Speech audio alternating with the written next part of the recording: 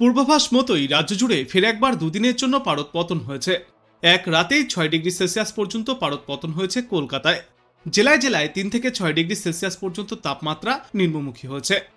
আগামীকাল রাত পর্যন্ত এই পারদ পতনের সম্ভাবনা। তারপর সপ্তাহের শুরু থেকেই ফের পারদের উত্থান ঘটবে। এই মরশুমে আর পারদ পতনের কোনো সম্ভাবনা থাকবে না তারপর থেকে। আর অন্যদিকে উত্তরবঙ্গের কয়েকটি জেলায় রয়েছে বৃষ্টির পূর্বাভাস, যার মধ্যে থাকছে দার্জিলিং, কালিম্পং এবং জলপাইগুড়ি জেলা। এই সমস্ত জেলাগুলিতে বিক্ষিপ্তভাবে বৃষ্টিপাত চলতে পারে। তবে আগামীকাল পর্যন্ত কুয়াশার দাপট একটু বেশিই দেখা যাবে রাজ্যের বিস্তীর্ণ এলাকায়। সিস্টেম সম্পর্কে বিশেষজ্ঞরা জানিয়েছেন, অসমে রয়েছে ঘূর্ণাবর্ত, পশ্চিমী ঝঞ্ঝা রয়েছে উত্তর পশ্চিম ভারতে, এছাড়াও জেড স্ট্রিম উইন্ড রয়েছে উত্তর ভারতে। দক্ষিণবঙ্গের জন্য পূর্বাভাসে বলা হয়েছে, রাতারাতি বড় পরিবর্তন হয়েছে আবহাওয়ায়। পশ্চিমা অঞ্চলের কোনো কোনো জেলায় সর্বনিম্ন তাপমাত্রা 5 থেকে 6 ডিগ্রি সেলসিয়াস পর্যন্ত ফের নিম্নমুখী হয়েছে। আগামী 48 ঘন্টায় কুয়াশার দাপট অনেকটাই কম থাকবে। সঙ্গে রোদ ঝলমলে মেঘমুক্ত পরিষ্কার আকাশের দেখা পাওয়া যাবে। মনোরম আবহাওয়াতেই কাটবে আগামী 48 ঘন্টা। তবে ভোর এবং রাতের দিকে হালকা হলেও শীতের আমেজ বাড়বে এই 48 ঘন্টায়।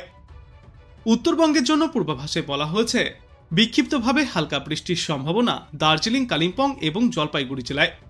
অন্যদিকে আজ থেকে আগামীকাল পর্যন্ত মেঘমুক্ত পরিষ্কার আকাশের দেখা পাওয়া যাবে উত্তরবঙ্গেও। জেলায় জেলায় পারদ পতন হবে উত্তরে। আগামীকাল রাত পর্যন্ত পারদ পতনের সম্ভাবনা। মনোরম পরিবেশ থাকবে সমগ্র উত্তরবঙ্গ জুড়ে। তবে সোমবার থেকে বুধবারের মধ্যেই ফের সর্বনিম্ন এবং সর্বোচ্চ তাপমাত্রা ফের একবার 2 থেকে 3 ডিগ্রি সেলসিয়াস পর্যন্ত বাড়তে পারে। উত্তর দক্ষিণবঙ্গের পাশাপাশি কলকাতাতেও সামান্য হলেও ফিরেছে শীতের আমেজ। ভোরের দিকে ভালোই শীতের আমেজ পাওয়া গিয়েছে কলকাতায়।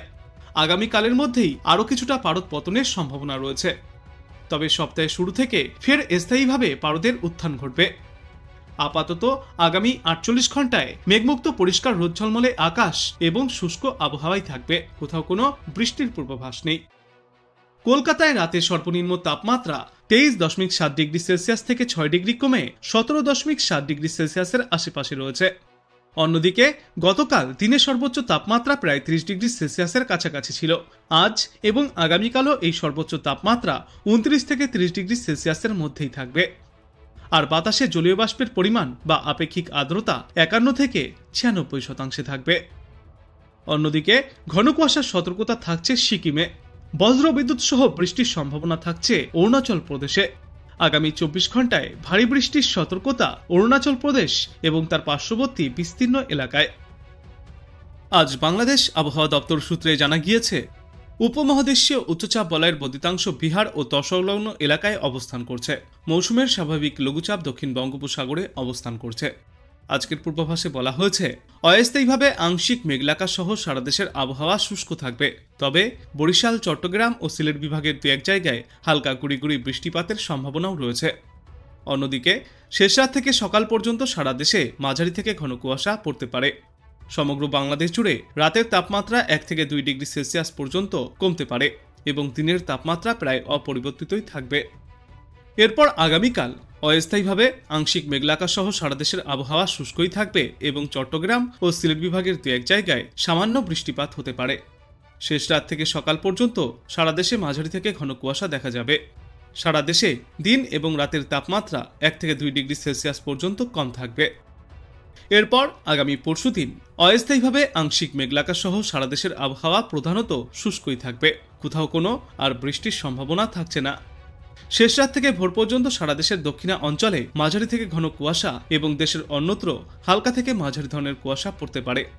সারা দেশে রাতের তাপমাত্রা সামান্য কমতে পারে, কিন্তু দিনের তাপমাত্রা প্রায় অপরিবর্তিতই থাকবে। এর পরবর্তী দিন 5 পূর্বাভাসে বলা হয়েছে, সমগ্র বাংলাদেশ জুড়েই ক্রমশই এবার বাড়বে তাপমাত্রা, বিদায় নেবে শীত। তবে এই দিন 5 বাংলাদেশের কোথাও কোনো বৃষ্টির সম্ভাবনা নেই, কিন্তু সকালের দিকে কোথাও কোথাও হালকা থেকে মাঝারি এবং কোথাও কোথাও ঘন কুয়াশার দাপট দেখা যেতে পারে।